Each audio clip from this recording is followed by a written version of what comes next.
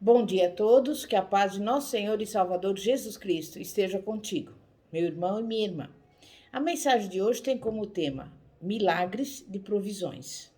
Êxodo 12:35 diz: Fizeram, pois, os filhos de Israel conforme a palavra de Moisés, e pediram aos egípcios vasos de prata e vasos de ouro e vestes. Até aí.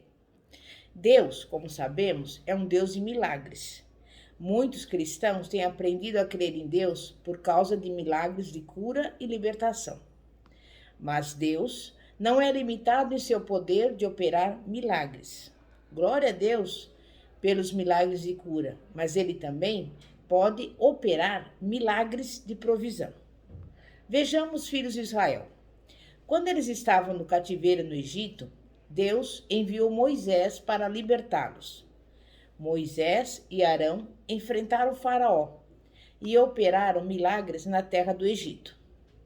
Como resultado da resposta de Faraó, Deus trouxe juízo sobre os egípcios. Então, quando os filhos de Israel estavam saindo do Egito, Deus falou a Moisés para instruir os israelitas a irem aos lares dos egípcios e pedirem prata e ouro. Normalmente, um grupo de pessoas saqueia um outro grupo de pessoas após tê-los derrotados em batalhas. Esse versículo afirma que Deus concedeu aos israelitas o privilégio com os egípcios. Os israelitas tinham sido servos e escravos dos egípcios. Mesmo assim, por alguma razão inexplicável, quando eles foram aos lares dos egípcios e lhes pediram ouro, prata e vestes, os egípcios los deram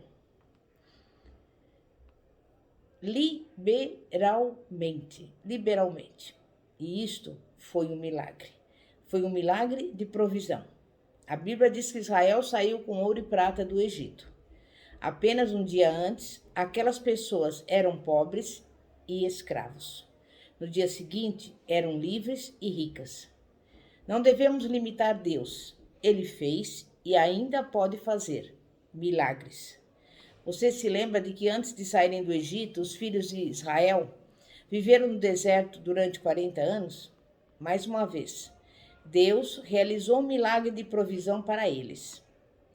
Neemias 9, versículos 20 a 21 diz: E deste o teu bom espírito para os ensinar, e o teu maná não retiraste da tua boca, e água lhes deste na sua sede.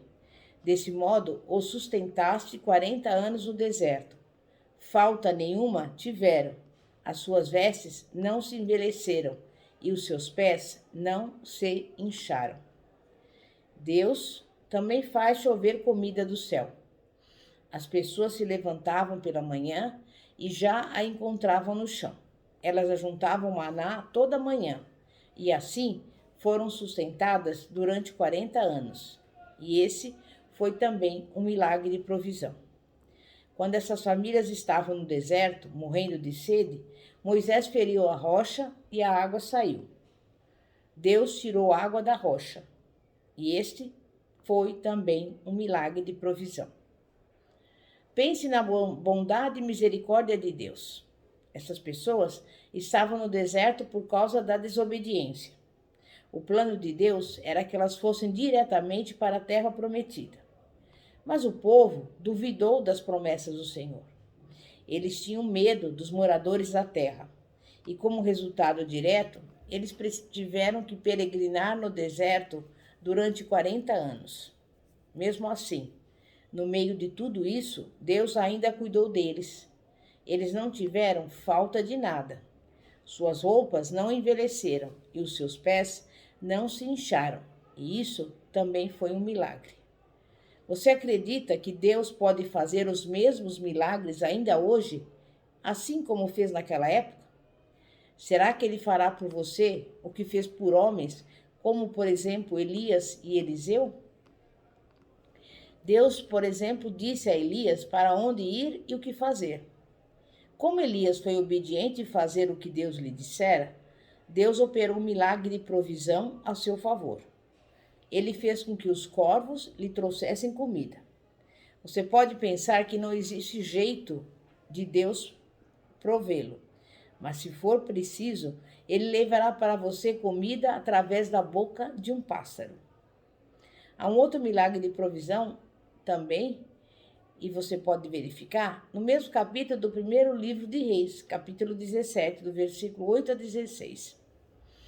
Elias era um servo de Deus, e Deus tinha um milagre duplamente. Ele não somente queria prover seu servo, como também tomar conta de uma certa mulher. A comida que aquela viúva sarepta deu a Elias foi a última que lhe era disponível.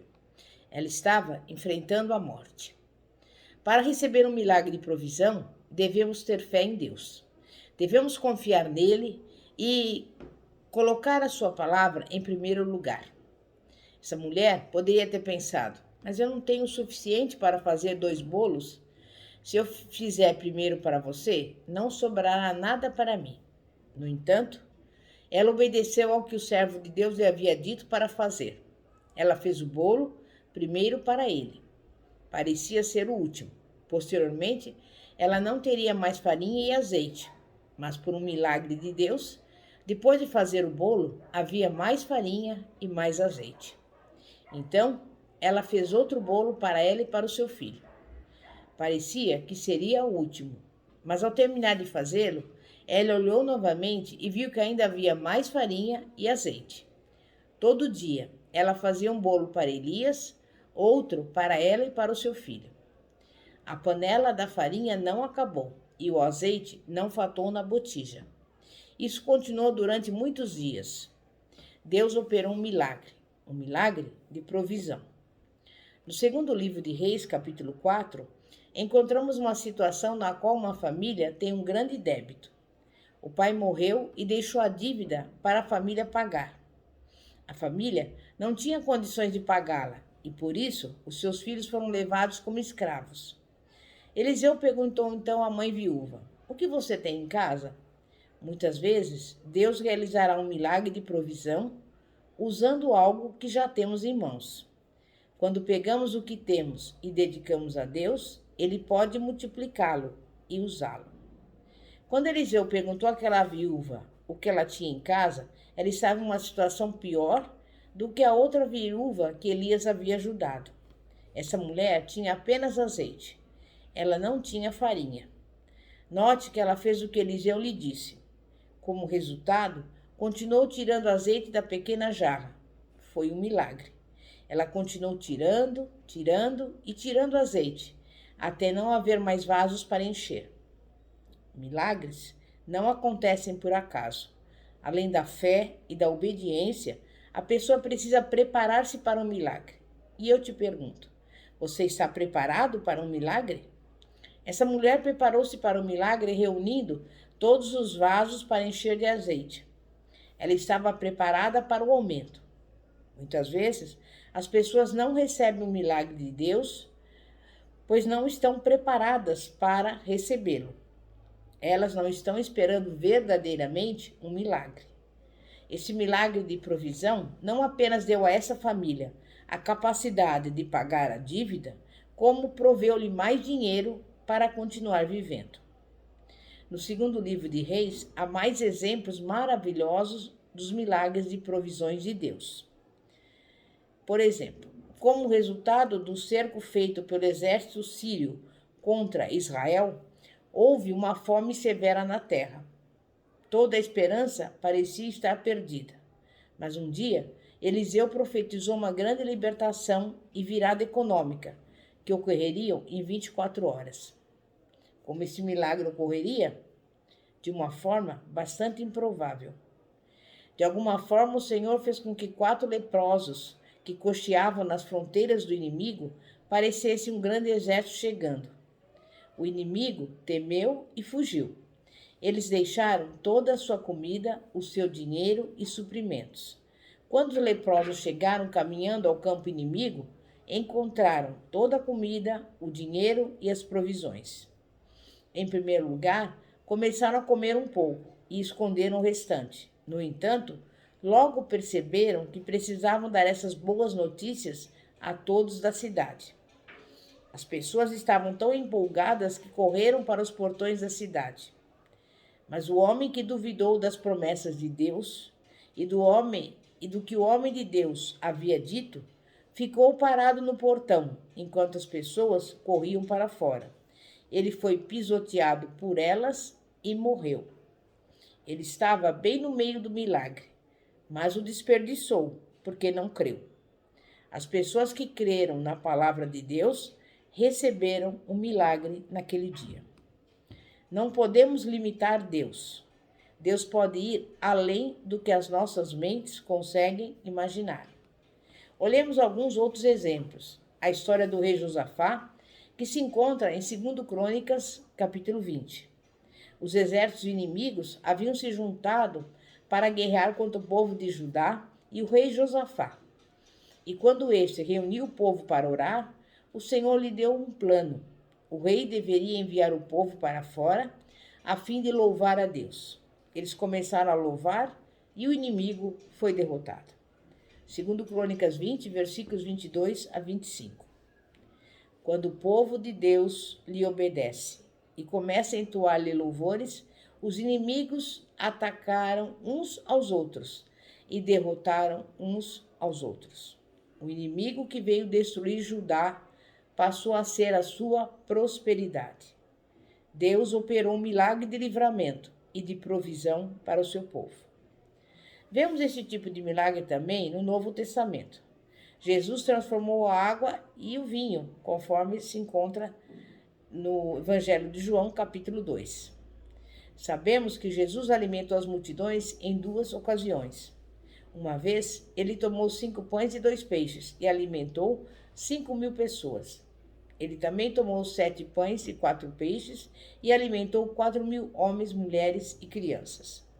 Em ambos os casos, vemos 2 princípios importantes. Primeiro, Jesus perguntou aos seus discípulos: "O que vocês têm?" Ele operou um milagre com o que eles tinham em mãos. Então eu te digo, não limite Deus. Você limita a Deus quando pensa não ter nada que Deus possa usar.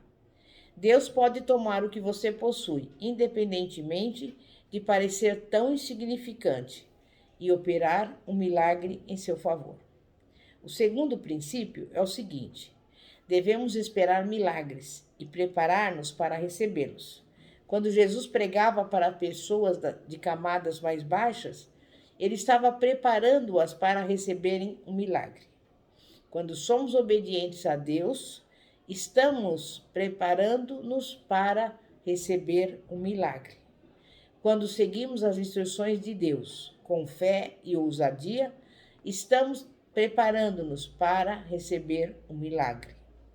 Devemos esperar milagres e preparar-nos para recebê-los. É claro que os milagres de provisão não devem substituir a tarefa de andarmos nos princípios divinos da prosperidade. Devemos aplicar tais princípios para receber um crescimento fixo.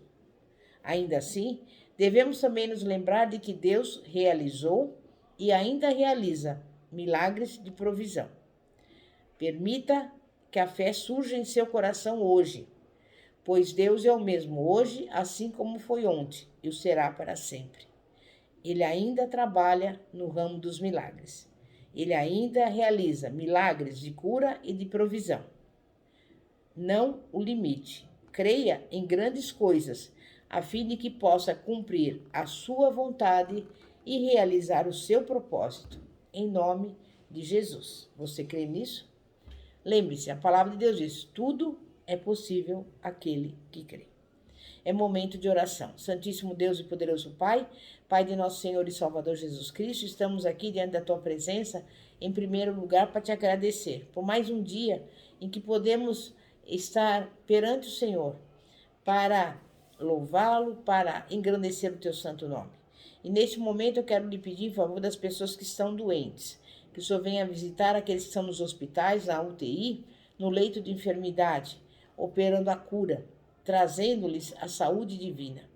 Também quero lhe pedir que o Senhor vá ao encontro daqueles que estão passando por necessidades, até mesmo fome. Que o Senhor envie essas pessoas, como nós já demos exemplos aqui, milagres de provisões. E também quero pedir por essa família, que o Senhor repreenda todo mal, toda dor, toda briga, toda contenda, mas que o Senhor coloque neste lar a união, a harmonia, a paz que excede todo entendimento. Em nome do Senhor Jesus. E antes de concluir este vídeo, eu te convido a se inscrever no nosso canal do YouTube, que se chama Igreja Poder de Cristo, cujo símbolo é uma semente, porque a semente representa a palavra de Deus, e é a palavra de Deus que tem poder para mudar e transformar a sua vida, em nome de Jesus. Pastora Fátima, da Igreja Evangélica Apostólica Poder de Cristo. Que a paz de nosso Senhor e Salvador, Jesus Cristo, esteja contigo. Glória a Deus, aleluia. Amém e graças a Deus.